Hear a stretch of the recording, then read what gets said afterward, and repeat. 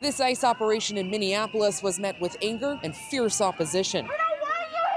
Even violence. Operation Metro Surge is the latest ICE enforcement push in Minnesota. The Department of Homeland Security says over the last 2 weeks, they've arrested 400 people, including, they say, pedophiles, rapists, and violent thugs. But one of the people they arrested was an American citizen on his way to lunch in a Somali neighborhood, wrestled to his knees. Even though Minneapolis police are not working with ICE, the police chief apologized to him. I apologize that this happened to you in my city, with people wearing vests that say police. That's embarrassing. This new ICE surge started as U.S. President Donald Trump referred to Somalis as garbage and repeatedly attacked Democratic Representative Ilhan Omar, a Somali immigrant. Minnesota has the largest Somali population in the U.S., roughly 80,000, and most of them are American citizens. But right now, the streets and the businesses in Somali neighborhoods are mostly quiet. There's people that aren't leaving their house because they're scared of being mistaken for someone else and being taken away. Like, there's people that have not gone out for groceries for days and weeks, and they're citizens. Donald Trump has also repeatedly accused Somalis in the state of stealing billions of dollars. It is true that there's a sprawling multi-million-dollar fraud investigation of a COVID-era fund, and that dozens of Somali Americans have been charged. There's no actual justification to ascribe that behavior to a large group of people. The individuals that done those things should be held accountable, but it uses that to draw a false conclusion. And that false conclusion is incredibly dangerous and incredibly insidious. Many who are opposed to this immigration crackdown in Minnesota have been signing up for rapid response team training so that they can go and document and watch what ICE is doing. And in the last few weeks, enrollment in these programs has jumped. With the remarks that were made by the president, it jumped from 115 to over 500 signups for this one training. They're everyday people. They're neighbors, they're teachers, they're nurses, healthcare workers, everyone under the sun that you can think of. Generally, protesters are urged to stick to the law, but in this crowd, some appear to step over the line. A ICE spokesperson told us their officers sustained injuries and that they had objects and death threats hurled at them. They also said this was a riot and that they arrested 2 American citizens for assaulting them. But as long as this ICE crackdown continues, community leaders like State Representative Aisha Gomez are determined to make what she sees as a constitutionally protected stand. The roadways and the sidewalks are public. We have the right to observe law enforcement. We have the right to record them. I have the right to be in the streets and in the sidewalk in my community where I live with my family. I was not interfering, and I've been pepper sprayed twice.